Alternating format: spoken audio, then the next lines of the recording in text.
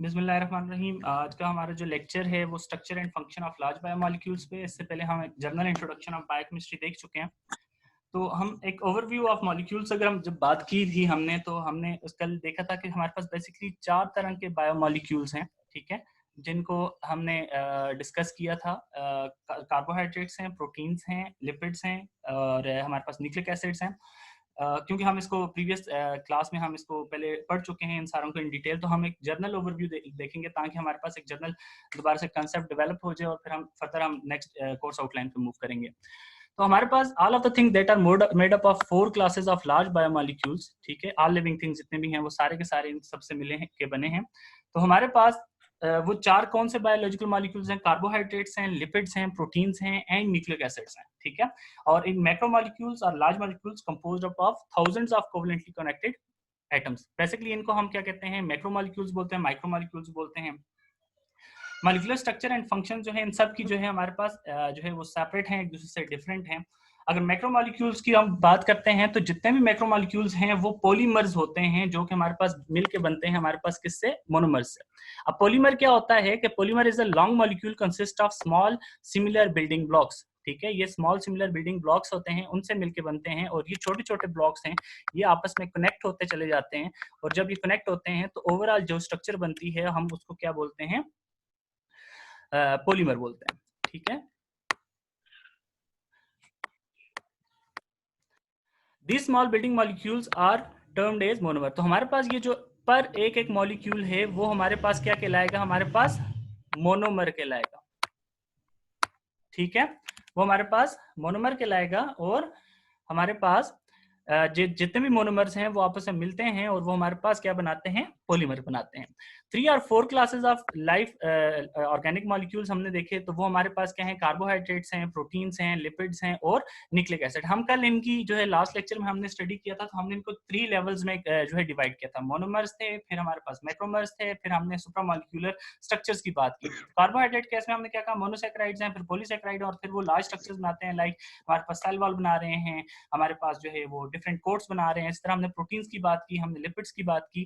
तो हम इनकी बात को देखते हैं तो हमारे पास सिंथेसिस और ब्रेकडाउन के प्रोसेस में हमारे पास जो है पॉलीमर्स के 2 इंपॉर्टेंट रिएक्शंस इन्वॉल्व होते हैं। पहला रिएक्शन हमने कहा था कंडेंसेशन रिएक्शन होता है, ठीक है, और दूसरा रिएक्शन हमने कहा था हाइड्रोलिसिस रिएक्शन होता है। अगर हम बात करते हैं सिंथेसिस की, तो उसमें हमारे पास हमेशा कौन सा रिएक्शन हो रहा होता है? कंडेंसेशन रिएक्शन हो रहा है, ठीक है। कंडेंसेशन रिएक्शन में हमने क्या कहा था कि हमारे पास एक मोनोमर है, वो दूसरे मोनोमर के साथ ज्वाइन होता है और इस रिएक्शन में हमारे पास क्या होता है? रिलीज ऑफ वाटर होता है और एज अ रिजल्ट हमारे पास ये दोनों मोनोमर्स जो हैं आपस में ज्वाइन हो जाते हैं। जबकि हम अगर बात करते हैं उसकी ब्रेकडाउन की, तो उसमें हमारे पास जो रिएक्शन होता है वो हमारे पास हाइड्रोलिसिस होता है। हाइड्रोलिसिस के केस में हमारे पास क्या होता है? Polymers are disassembled to monomers by hydrolysis, a reaction that is essential for the reversal of dehydration reaction. Dehydration reaction हमारे पास क्या कहलाता है जी? कंडेंसेशन रिएक्शन कहलाता है। तो कंडेंसेशन को आप डिहाइड्रेशन कह सकते हैं क्योंकि इसमें हमारे पास रिलीज ऑफ वाटर हो होता है, लॉस ऑफ वाटर हो होता है और एज अ रिजल्ट 2 मोनोमर आपस में मिलते हैं और हमारे पास क्या बनाते हैं? पॉलीमर बना रहते हैं। हाइड्रोलिसिस रिएक्शन को आप जो है हाइड्रेशन रिएक्शन भी कहते हैं। हाइड्रेशन रिएक्शन क्यों कहते हैं? कि हमारे पास इसके अपोजिट रिएक्शन हो रहा होता है और इसमें हमारे पास एडिशन ऑफ क्या हो रहा होता है? वाटर मॉलिक्यूल हो रहा होता है, जिसकी वजह से दोबारा से पॉलीमर्स को हमारे पास रिहाइड्रेट किया जाता है और उनको कन्वर्ट किया जाता है हमारे पास मोनोमेरिक फॉर्म में। कैसे होता है इसको हम देखते हैं। तो dehydration reaction is the synthesising a polymer. Dehydration reaction क्या है? सिंथेसाइजिंग अ पॉलीमर और इसको हम क्या बोलेंगे? कंडेंसेशन रिएक्शन, ठीक है। कंडेंसेशन रिएक्शन में देखा हमने कि हमारे पास ये क्या है? एक शॉर्ट पॉलीमर है, ठीक है। इस शॉर्ट पॉलीमर क्योंकि हमारे पास कार्बोहाइड्रेट्स हैं तो इनके पास sufficient amount of hydrogen and hydroxyl groups मौजूद होते हैं। हमने क्या करना है? और हमारे पास मोनोमर है जो उसको हमने अनलिंक्ड मोनोमर है जिसका कहा है, हमने इसको इसके साथ लिंक करना है।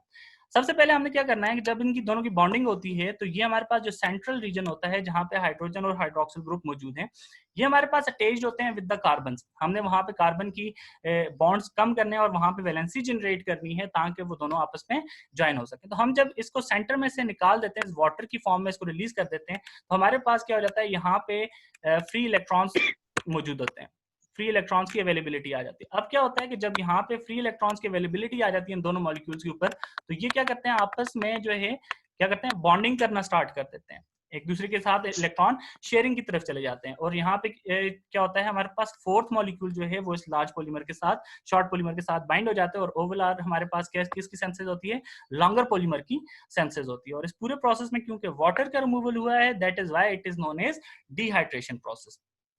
अब अगर हम बात करते हैं हाइड्रोलिसिस की, बात करते हैं, हमने इसी पॉलीमर को दोबारा से ब्रेक डाउन करना है, तो हाइड्रोलिसिस रिएक्शन कहलाता है वो, और इसमें हमारे पास क्या है, break down of a polymer होता है।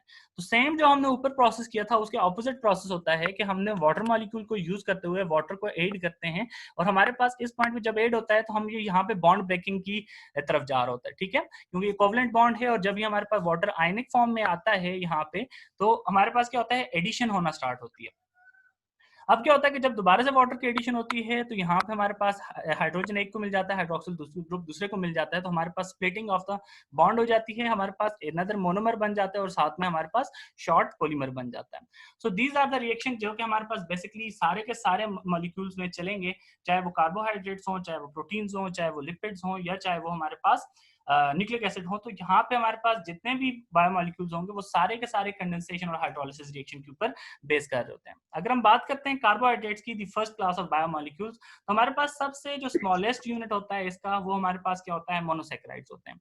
Each cell has 1000 of different macromolecules, और कार्बोहाइड्रेट्स में क्या है, sugars and are the polymers of the sugars. अगर हम बात करते हैं तो include sugars and the polymers of the sugars. Polymers of the sugars में क्या है, स्टार्च है, सेलुलोज है, ठीक है। उसके अलावा अगर हम बात करते हैं तो हमारे पास क्या आ जाता है, अगर हम ह्यूमंस की बात करते हैं तो ग्लाइकोजन है, ठीक है। तो हमारे पास क्या है, the simplest carbohydrates are monosaccharides of single sugar. तो ये हमारे पास सिंगल शुगर होते हैं। अगर कि हमारे पास सिंपल जो है, हमारे पास सिंगल मॉलिक्यूल है किसी भी कार्बोहाइड्रेट का, तो वो हमारे पास क्या कहलाएगा, मोनोसैकेराइड कहलाएगा। Carbohydrate macromolecules are the polysaccharide. अगर हम मैक्रोमोलिक्यूल्स की बात करेंगे कार्बोहाइड्रेट्स की, तो हम उनको जो है मैक्रोसैकेराइड्स नहीं बोलते हैं, हम उनको क्या बोलते हैं, पॉलीसैकेराइड्स बोलते हैं, जिनमें जो हमारे पास बेसिक कॉन्स्टिट्यूएंट्स होते हैं वो यही हमारे पास मौजूद होते हैं, जो कि हमारे पास जो कि हमारे पास बेसिकली यही मोनोसैकेराइड्स हैं। अगर हम बात करते हैं मोनोसैकेराइड्स की, तो हमारे पास इनको on the basis of their carbon number हमारे पास नाम दिया जाता है। फॉर एग्जांपल अगर हम यहाँ पे बात करते हैं ग्लाइसरल्डिहाइड, तो ये 3 कार्बन कंपाउंड है, तो हम इसको क्या बोलते हैं, ट्राइओज, ठीक है। अगर हमारे पास यहाँ पे बात करते हैं राइबोज और रिबुलोज की, तो हमारे पास बेसिकली ये 6 कार्बन कंपाउंड है, तो they are termed as hexose, ठीक है। और इसी तरह से हमारे पास अगर के 7 कंपाउंड होंगे तो they will be termed as heptoses, ठीक है। और हमारे पास यहाँ पे 2 चीजें आपको याद होनी चाहिए जो हम पहले डिस्कस कर चुके हैं, कि हमारे पास जो कार्बोहाइड्रेट्स होते हैं मोनोसैकेराइड्स, बेसिकली उनके पास 2 तरह के फंक्शनल ग्रुप्स होते हैं, ठीक है। एक फंक्शनल ग्रुप होता है जिसको हम जो है ketonic functional aldehydic functional group बोलते हैं। दूसरा फंक्शनल ग्रुप होता है जिसको हम क्या बोलते हैं, कीटोनिक फंक्शनल ग्रुप।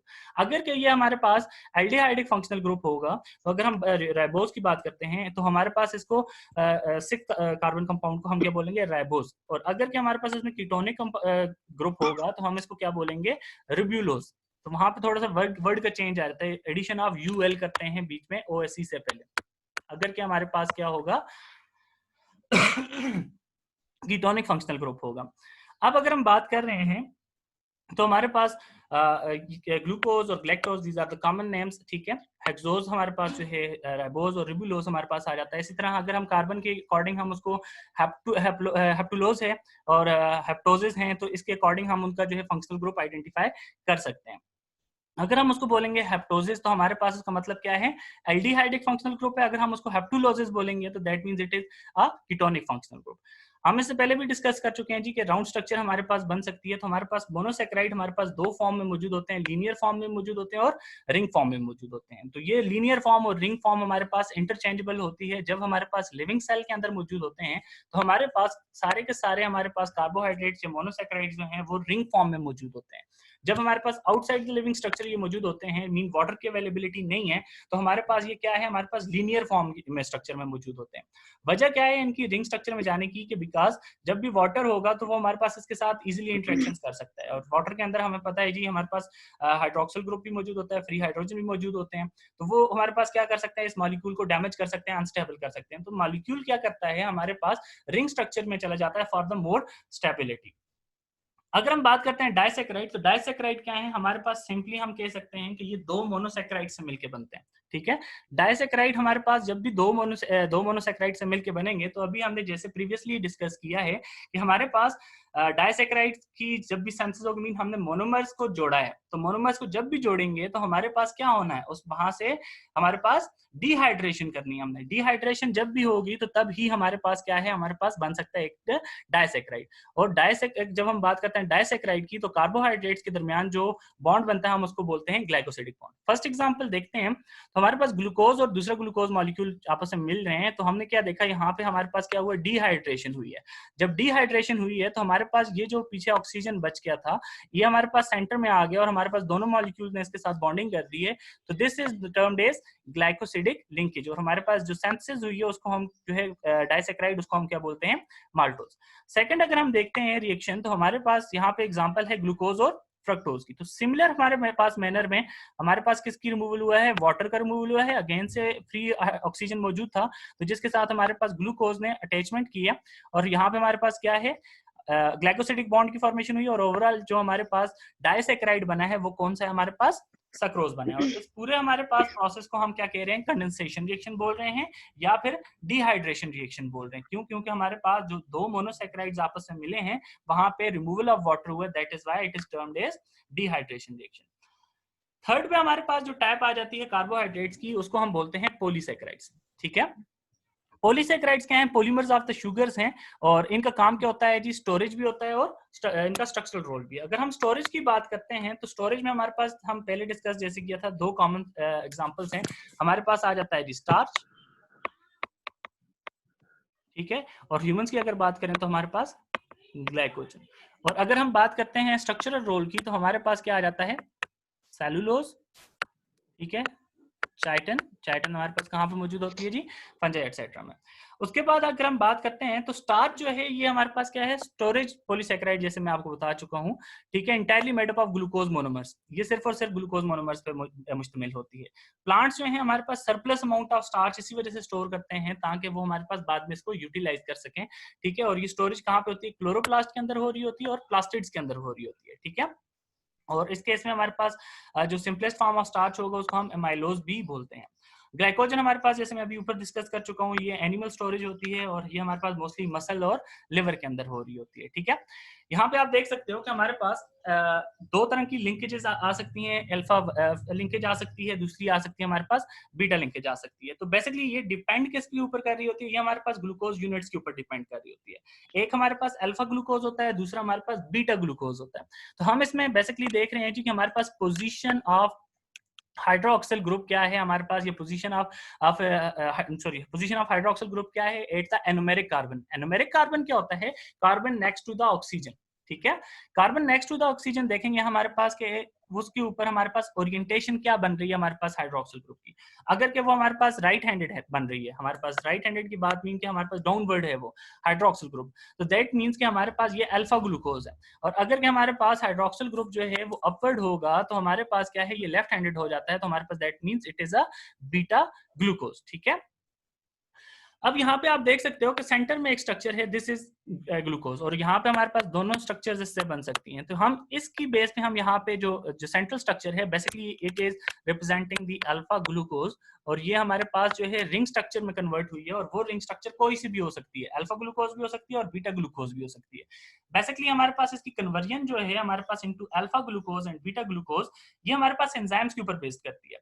अगर हम बात करते हैं एनिमल्स की, तो हमारे पास एनिमल्स के पास जो एंजाइम्स होते हैं वो अल्फा ग्लूकोज बनाने की जो है हमारे पास कैपेबिलिटी रखते हैं। ठीक है, जबकि प्लांट्स की अगर हम बात करें तो वो बीटा ग्लूकोज बनाने की कैपेबिलिटी रखते हैं। ठीक है, और हमारे पास समटाइम्स लाजमी नहीं है कि हमारे पास प्लांट्स जो है सिर्फ और सिर्फ बीटा ग्लूकोज ही बनाए, वो हमारे पास अल्फा ग्लूकोज भी बना सकते हैं।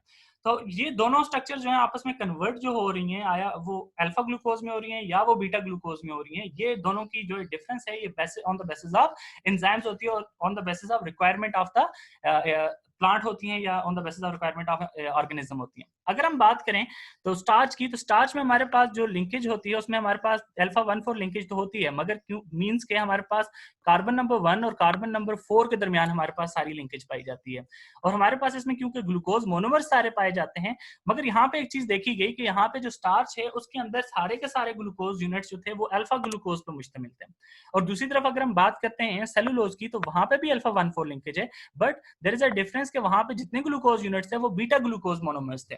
तो यहाँ पे जो है साइंटिस्ट ने इनिशियली जो आपस में जब स्टडीज कर रहे थे तो उन्होंने कहा ये क्यों डिफरेंस आ रहा है। ऑन द बेसिस यहाँ पे डिफरेंस अक्सर देखा गया है कि स्टोरेज के लिए, क्योंकि हमारे पास अल्फा ग्लूकोज यूनिट्स मौजूद होते हैं, इस वजह से यूज किया जाता है क्योंकि अल्फा ग्लूकोज मोनोमर जो है वो थोड़े से लेस स्टेबल होते हैं, जबकि स्ट्रक्चरल के केस में हम सेलुलोज की जब बात करते हैं तो बीटा ग्लूकोज मोनोमर्स जो हैं वो थोड़े से हमारे पास बेटर होते हैं स्ट्रक्चर के हिसाब से। क्यों? उसकी वजह यह है कि मोस्ट ऑफ द ऑर्गेनिजम्स जो हैं वो लेक कर रहे होते हैं बीटा ग्लूकोज यूनिट को ब्रेक डाउन करने में। ठीक है, अब क्या है, जो बीटा 1,4 ग्लाइकोसिडिक लिंकेज है इसके लिए हमारे पास स्पेसिफिक एंजाइम्स चाहिए होते हैं, ठीक है, जो कि हमारे पास बीटा 1,4 लिंकेज को ब्रेक कर सकें। और बीटा 1,4 लिंकेज को ब्रेक करने के लिए हमारे पास, अगर ह्यूमंस की बात करें, वी लेक एंजाइम्स, तो हमारे पास क्योंकि प्लांट्स ने खुद को प्रोटेक्ट करना है तो उन्होंने अल्फा 1,4 ग्लाइकोसिडिक लिंकेज के बजाय उन्होंने बीटा 1,4 ग्लाइकोसिडिक लिंकेज को प्रेफर किया, ताकि जो है अदर ऑर्गेनिजम्स इसको डाइजेस्ट ना कर सकें और उनकी प्रोटेक्शन हो सके। तो इस वजह से सेलुलोज के केस में हमारे पास बीटा 1,4 ग्लाइकोसिडिक लिंकेज पाई जाती है, जबकि हमारे पास स्टार्च के केस में हमारे पास बीटा अल्फा 1,4 ग्लाइकोसिडिक लिंकेज पाई जाती है। ये on the protection point of view ये हमारे पास एवोल्यूशनरी डिसाइड किया गया। तो हमारे पास कार्बोहाइड्रेट्स के अकॉर्डिंग हमारे पास इतना ही था। अगर इसके मुतालिक आपसे कोई क्वेश्चन हैं तो अब आपको जितने भी क्वेश्चन है वो